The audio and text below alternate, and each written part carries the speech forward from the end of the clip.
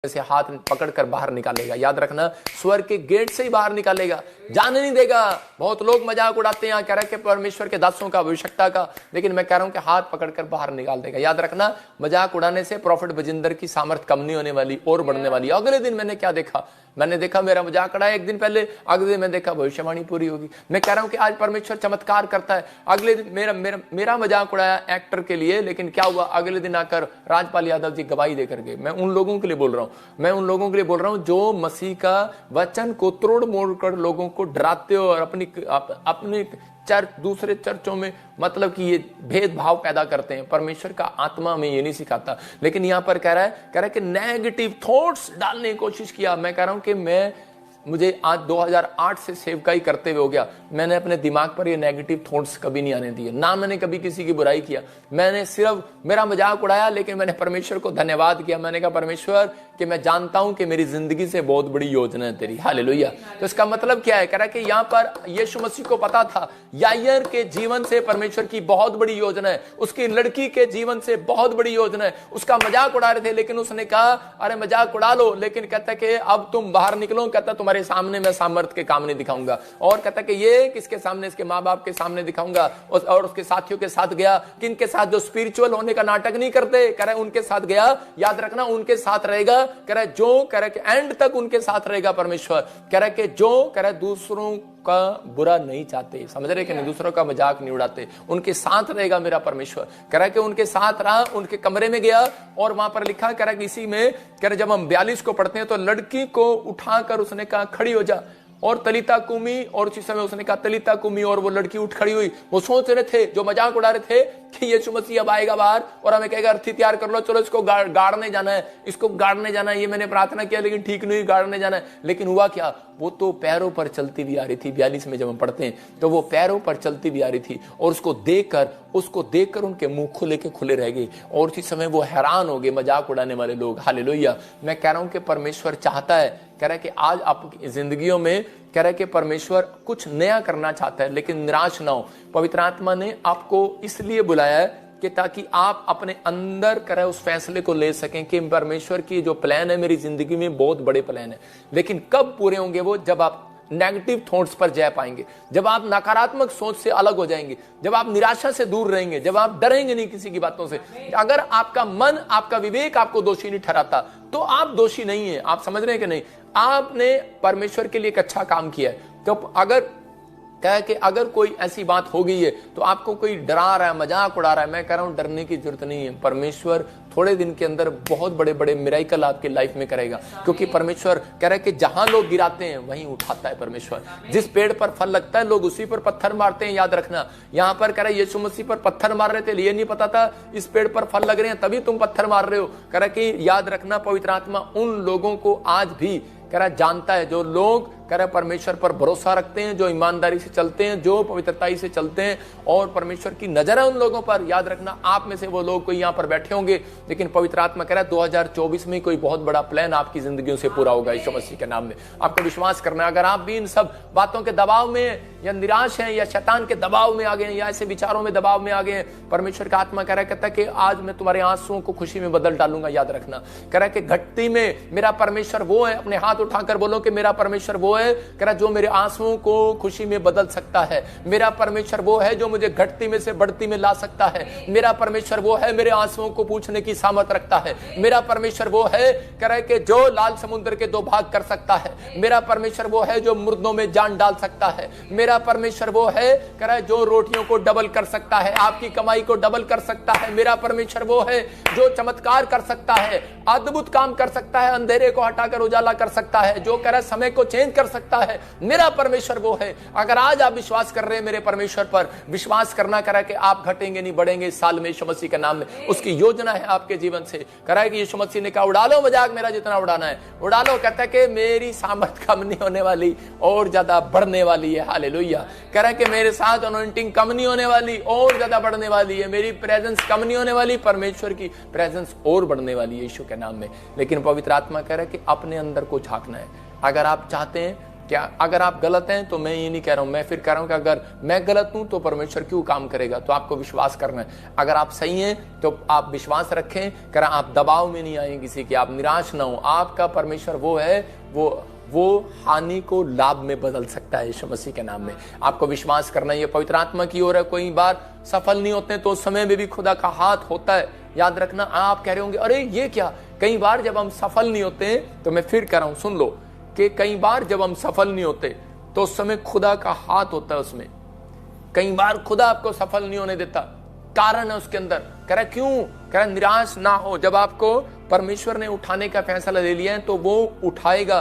कह रहा कोई दुष्ट आत्मा, कोई बुराई करने वाला, कोई मजाक करने वाला, कोई ठट्ठा करने वाला आपको परमेश्वर के प्लान से नहीं रोक सकता। उसकी योजना आपकी जिंदगियों में पूरी होगी, कोई नहीं रोक सकता।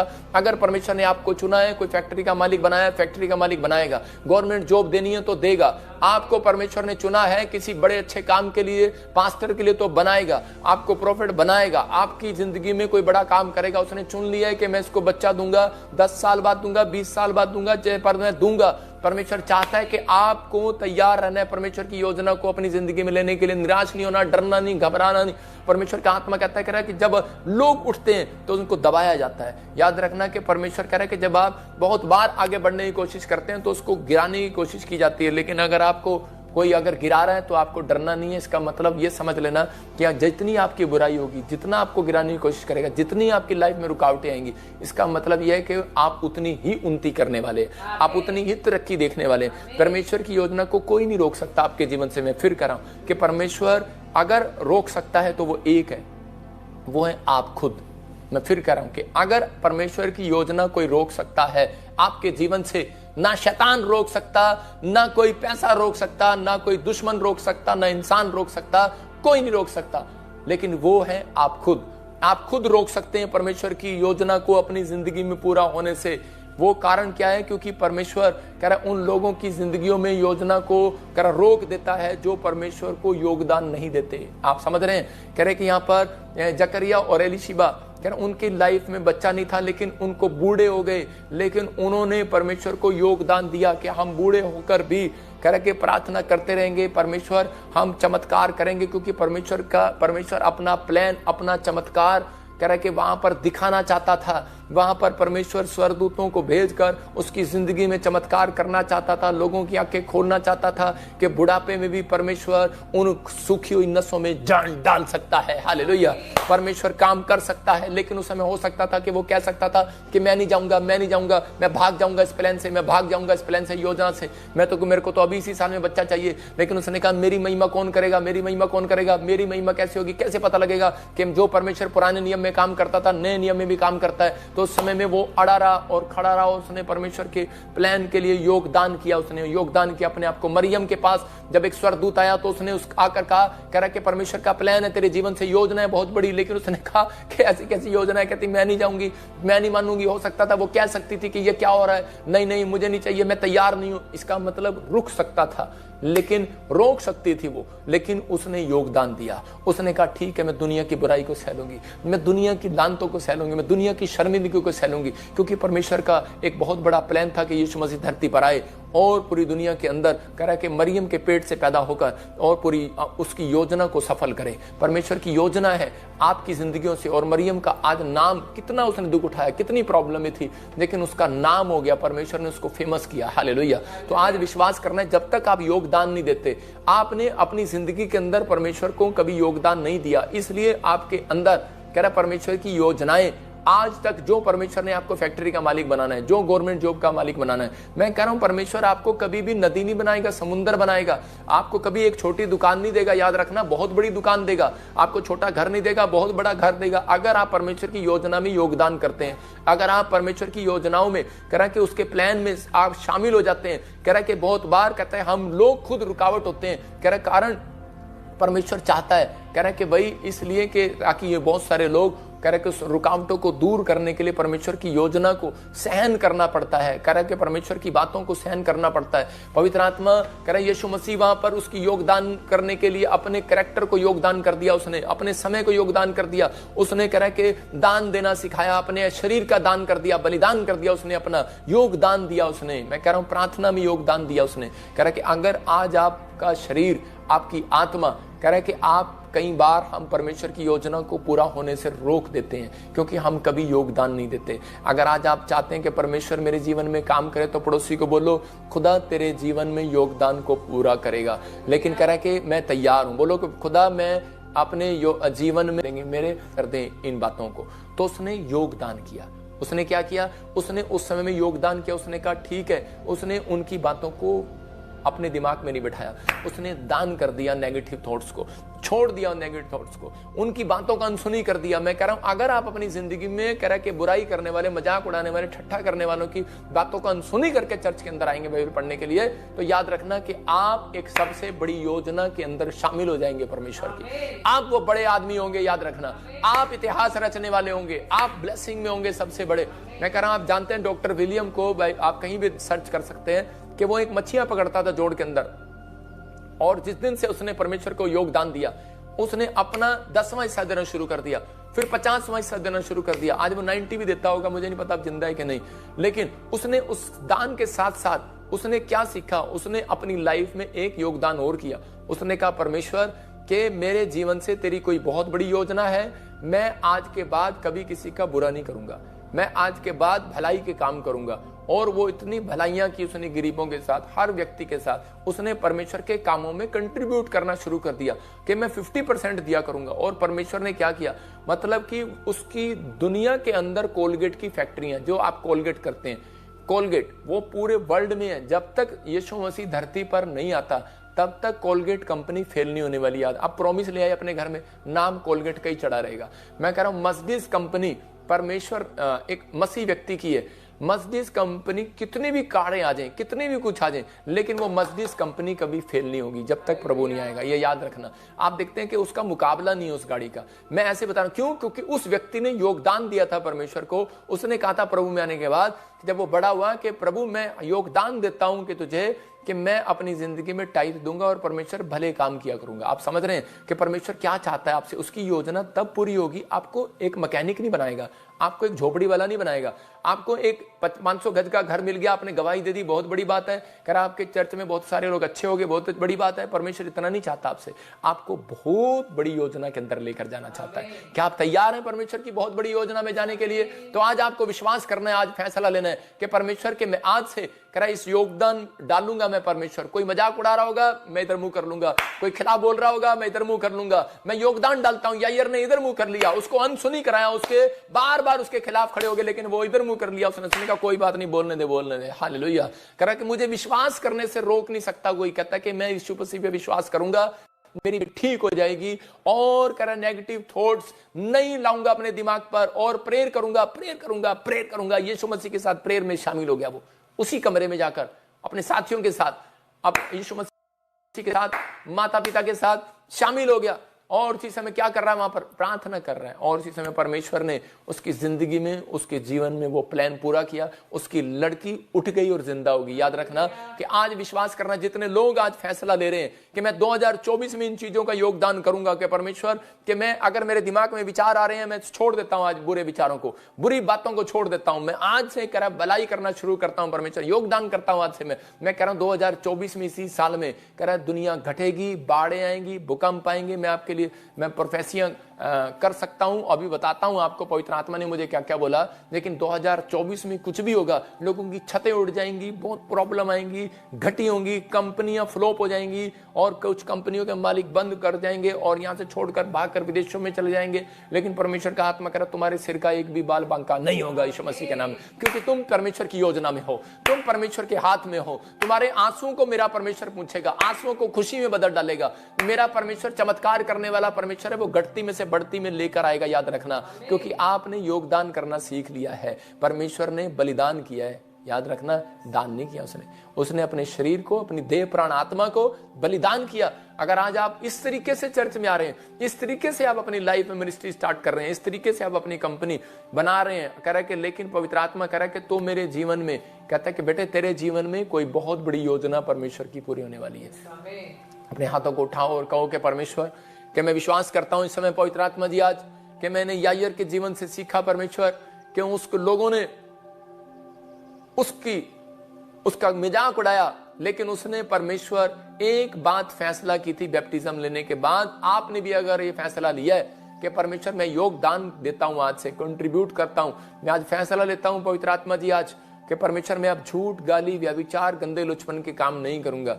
अगर परमेश्वर किए हैं तो माफ कर। और पवित्र आत्मा चाहता है, कह रहा है कि जो लोग ये योगदान देते हैं, परमेश्वर का आत्मा कह रहा है यायर ने जब दिया कि मैं अनसुनी करूंगा परमेश्वर, अब मैं उन बातों को नहीं करूंगा, अब मैं किसी की नहीं सुनूंगा, अब सिर्फ अपने परमेश्वर की सुनूंगा। तो पवित्र आत्मा ने उसी दिन कह रहा फैसला ले लिया कि मैं इसकी लाइफ में घर जाकर इसकी बच्ची को जिंदा करूंगा। पवित्र आत्मा, मैं आज विश्वास करता हूं जितने लोग मुझे देख रहे हैं, अगर आज इन्होंने फैसला लिया है परमेश्वर, तो पवित्र आत्मा जी आज ही मेरे पिता परमेश्वर की जिंदगियों में कोई बड़ा काम होने पाए यीशु मसीह के नाम में, बड़ा काम होने पाए यीशु मसीह के नाम में। जो घट रहे हैं वो बढ़ते चले जाए आज से यीशु मसीह के नाम में। जिनके काम बंद पड़े हैं खुल जाए आज से यीशु मसीह के नाम में। आज एक बड़ी बड़ी गवाहियां इनके लाइफ में आना स्टार्ट हो यीशु मसीह के नाम में, और इसी समय रास्ते खुलते चले जाए यीशु मसीह के नाम में। आमीन आमीन।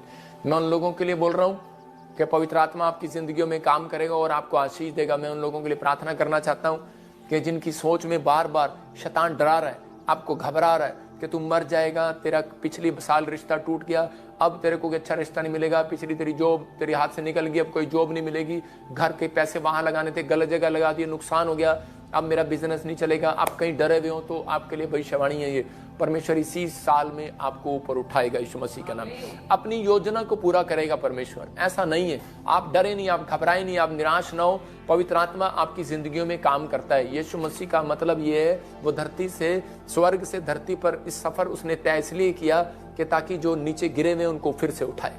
याद रखना कि जो कुचले हुए हो, दबे हुए हैं, उनको फिर से उठाए और फिर उनसे उनको ब्लेस करे। मैं फिर कह रहा हूं कि आज पवित्र आत्मा उन लोगों की जिंदगियों में, जब आपने अपने पाप को छोड़ दिया तो आपने एक बलिदान कर दिया, तो आपने इस समय परमेश्वर के आपने पीछे चलना है और प्रभु की महिमा करनी है। पवित्र आत्मा आपकी जिंदगियों में काम करेगा। लेकिन मैं उन लोगों के लिए बता रहा हूं कि जब मैं प्रार्थना कर रहा था, कुछ भविष्यवाणियां पवित्र आत्मा ने मुझे दिखाई, फेसबुक पे जो मैंने डाली थी वो स्क्रीन पर दिखा दे एक डब्बी बना के, और इसी समय लेकिन पवित्र आत्मा ने मुझे एक वचन से बताया कि अभी 2024 में जो आपने पढ़ा है बाइबल में, मैं वचन बता रहा हूं आपको, प्रकाशित वाक्य 13, प्रकाशित स्क्रीन पर डब्बी लगा दे जरा फेसबुक की 13, और उसके दिखा जरा फेसबुक पर 13, प्रकाशित वाक्य 13 हम निकालेंगे जरा, प्रकाशित वाक्य 13 देखो, रेवलेशन चैप्टर 13 और उसका हम 16, 17, 18 हम पढ़ेंगे। स्क्रीन पर दिखा बेटे,